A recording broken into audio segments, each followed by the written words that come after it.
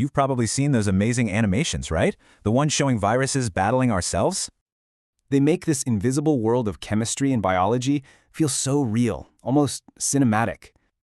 I mean, how did we go from just seeing stuff to understanding the atoms that build it?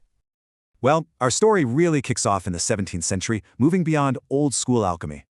A thinker named Robert Boyle started using actual experiments to prove his ideas, a total game changer. He called the smallest bits of matter corpuscles. How they were arranged, well, that explained everything.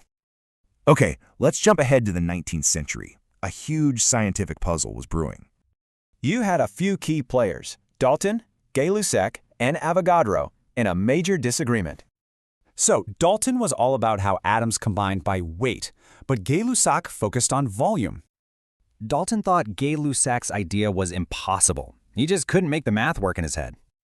Then Avogadro comes in with a brilliant solution. The basic particles aren't just atoms, but molecules. His idea that gases could be made of multiple atoms, like O2, suddenly made everything click.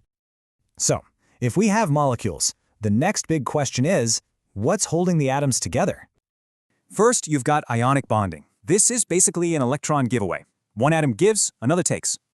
The metal atom becomes positive, the non-metal becomes negative, and just like magnets, opposites attract.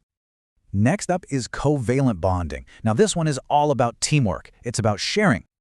When atoms share electrons, they form a super strong connection, kind of like a hook and eye. And finally, there's metallic bonding. Just imagine a sea of electrons holding everything together. So really, it all comes down to three things: transferring, sharing, or pooling electrons.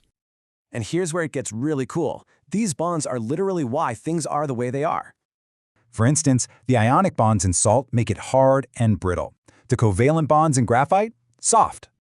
And this bonding lets nature build massive molecules, like the proteins that make you. But wait, there's more. Our modern view, using quantum mechanics, adds a whole new twist. Think about it like a relationship. Even the most stable chemical bond has a hidden breaking point. In chemistry, that's called an anti-bonding state, and understanding it is key to understanding reactions. So look around. The entire world is written in the language of these bonds. What stories can you see?